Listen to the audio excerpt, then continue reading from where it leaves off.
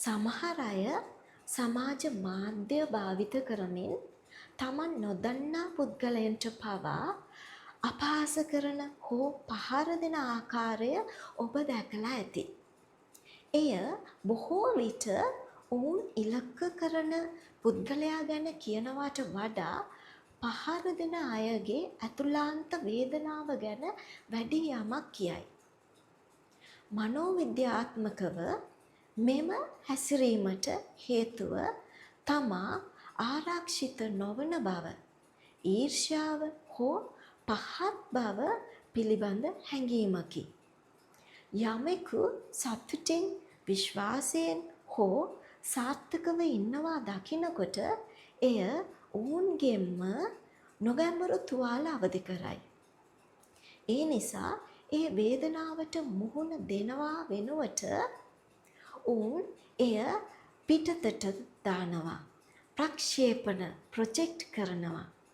එහෙම වෙනකොට මොහොතකට තමා බලවත් හෝ වැදගත් යයි හැඟීම ලබා ගන්න උත්සාහ කරනවා. තිරය පිටුපස සිටින ඔවුන්ට තව කෙනෙක්ව පාලනය කිරීමේ බොරු බලය තියෙන බව දැනුණත් ඇතුළත සාමාන්‍යයෙන් තනිකම හෝ අඩු ආත්ම අභිමානයක් ඇත.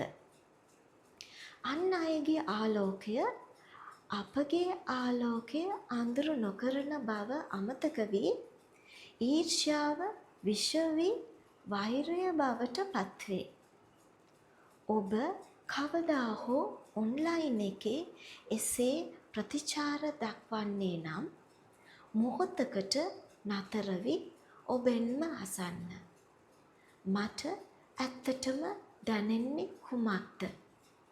වේදනාව, ඊර්ෂ්‍යාව හෝ ප්‍රමාණවත් නොවන බවට ඇති බියද? සිත් සුවවීමේ පළමු පියවර වන්නේ තමා ගැන නිසි අවබෝධයයි. ඔබට වෛර කරනවා වෙනුවට යහපත් ලෙස වර්ධනය වීමට යොමු විය හැකියි. ඔබ කවදා හෝ සමාජ මාධ්‍ය හරහා ප්‍රහාරයට ලක් වෙලා තියෙනවා නම් මතක තබා ගන්න. වෛරය බොහෝ විට වේදනාවෙන් පැමිණේ.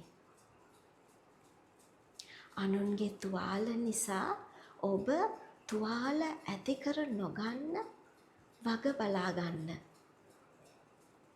කාරුණිකව සිටින්න. ස්ථාවරව සිටින්න.